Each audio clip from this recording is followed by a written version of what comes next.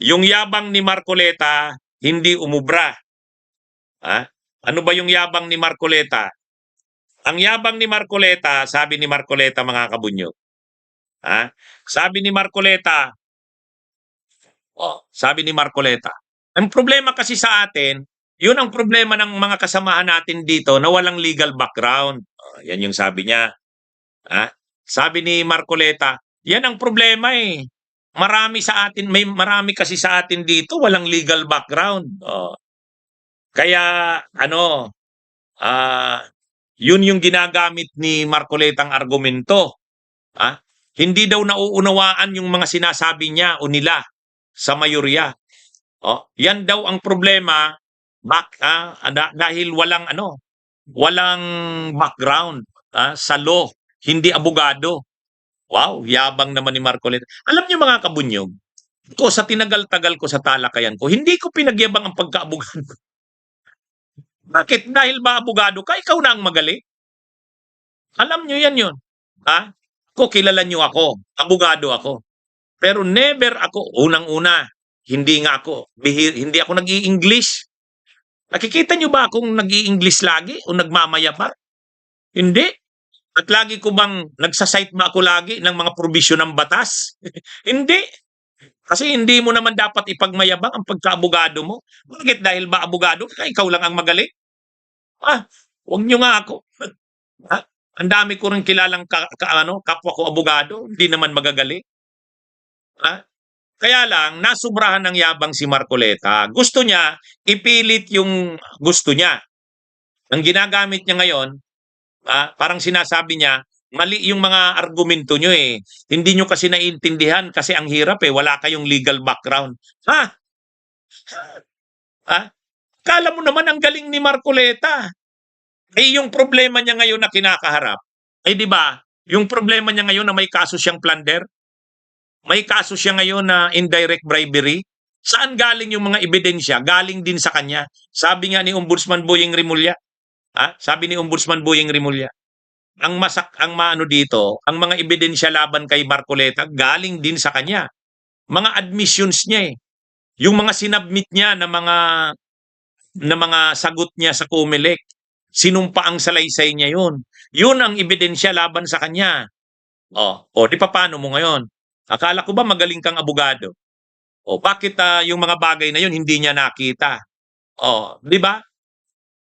Hindi niya nakita yon na yung mga sagot niya sa COMELEC ay magdidiin sa kanya sa mas malalim na kaso. At ito na yun.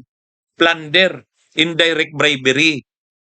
Kaya hindi naman ibig sabihin na abogado ka, napakagaling mo. Hindi ka tao, kahit naman hindi ka abogado, may mga taong mas magaling sa abogado.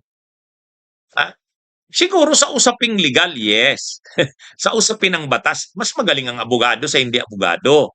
Siyempre, 4 years kang nag-aral, pumasa ka pa sa bar. Talagang ano naman yun. Pero wag mo namang sabihin na ikaw lang ang magaling. Kaya nga tama yung sinabi ni Senadora Risa Hontiveros eh. Sabi ni Senadora Risa Hontiveros, excuse me, 3 dekada na ako dito, 3 dekada na, tapos sasabihan mo ako na parang wala akong alam. Di ba? Di ba mga kabunyog, mga kababayan? Yun yung yan yung problema kay Marcoleta. Ini-invoke niya na, sabi ni Marcoleta, ang hirap kasi, hindi makuha yung paliwanag ko kasi yan ang problema ng walang mga legal background. Ang yabang mo naman. Hindi sa totoo lang. Abogado ako at kaming mga abogado, hindi rin kami dapat nagmamayabang na parang kami lang ang magaling. Itong si Marcoleta, yabang eh. Yinayabang yung pagkaabogado niya. Hindi naman yun. Bakit? Ikaw lang ba ang magaling? Dahil abogado ka, ikaw na yung laging tama? Hindi ganun yun. Kahit sa amin na mga abogado, hindi pwede yun. Kahit sa aming Code of Ethics, Professional Conduct, hindi tinuturo yon na ipagyayabang mo ang pagkaabogado mo, na parang ikaw lagi yung tama. Yung yabang na yung yabang ni Marcoleta doon eh. Kaya to mga kabunyog, nakakalungkot. Pasensya na. Kung si Marcoleta ay gano'n, o siya lang 'yun. Ha? Kami naman ng mga abogado, tinuturuan naman kaming 'wag maging arogante, eh. Hindi, tinuturo 'yan sa'min. May ano kami, legal ethics, ha? Ano mga kabunyog, mga kababayan, hindi 'yun, hindi mo dapat ipagyayabang ang pagkaabogado mo na parang ikaw na ang laging magaling, hmm? Pero 'yun yung ugali ni Marcoleta kahapon, eh. Pinagyayabang niya ang pagkaabogado niya, oh. Kaya lang, siyempre hindi naman papayag sila Risa, sila Erwin Tulfo. Sabi ni Erwin Tulfo, ad hominem. Oh, kasi pinipilit ni Marcoleta yung proposal niya na amyendahan yung rules. Pinipilit ni Marcoleta. Oh, pinipilit niya na amyendahan ang rules na payagang makaboto kahit absent. Okay, kung proposal mo yon, i-refer muna sa Committee on Rules. Ayaw nila. Hindi na daw kailangan. Magbutuhan na daw, sabi ni Cayetano. Kung pagdidebatehan na yon at pagbubutuhan. O, kita mo naman yon. Ipipilit mo yung gusto nyo. Hindi na kayo marunong magrespeto ng rules, sumunod sa rules. O, ganun kagarapal ang ginagawa kahapon nila Cayetano at nila Marcoleta. Dahil natatalo sa argumento sila Marcoleta, ang lingwahe na lang ni Marcoleta, ang hirap kasi wala kayong mga legal background. Pwede ba yun? Pwede ba yun? Sasabihin mo yung ganun dahil natatalo ka lang sa debate, dahil na-obvious na garapal yung argumento mo. Gagamitin mo ngayon na argumento ay wala kasi kayong alam sa batas, eh. Wala kayong legal background. Yan ang mahirap. Napaka-unparliamentary nun. O kaya nga sabi ni Senador Erwin Tulfo, ano yan? Ad hominem yan. O, hindi, sa totoo lang, ad hominem naman talaga yun. Imaginein mo, gagamitin mo yung ganong argumento. Ang yabang mo naman. Hindi mo naman dapat ginagamit ang pagkaabogado sa yabang mo. Saka ano yun? Nakakasira sa imahe ng mga abogado. Hindi, ako nga, lagi kong di ba ako, hinahamon din ako ng mga debate. O, debate ni Libayan, hinahamon ako. O, di ba hinahamon ako ni Atty. Libayan? Anong sabi ko? Ayaw kong makipagdebate. Bakit tayo magdidebate? Bakit tayo magdidebate? Para ipakitang magaling ka, magaling ako? Wag. Hindi naman ganun yan, eh. So, hindi, alam nyo ako. Di ba hinahamon ako ng mga debate? Hindi ako. Pero nung college ako ang team captain ng debating team namin sa Ateneo, ha? Maraming debate rin akong nilabanan nun. Pero pagka ngayon na abogado, ayaw ko. Bakit ipagyayabang ko ang pagkaabogado ko? Sa mga talakayan ko nga, ayaw kong lumalabas na parang ako, napakagaling ko, ako na lang.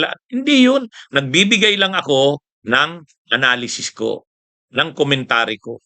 May iba dyan na iba ang analysis sa akin. Di pakinggan nyo rin sila. Gano'n naman, eh. May analysis na si Toto Kausing.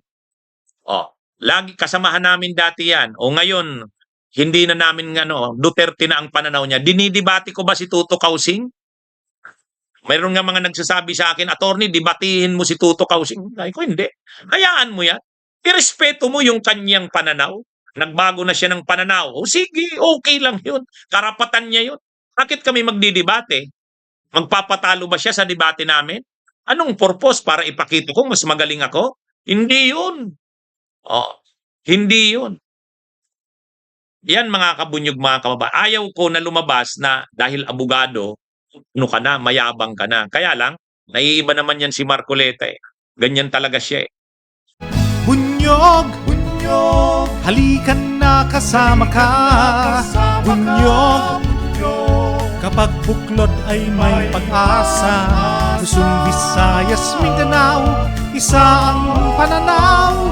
Sa bagong Pilipinas ang bunyog isisigaw. Bunyog.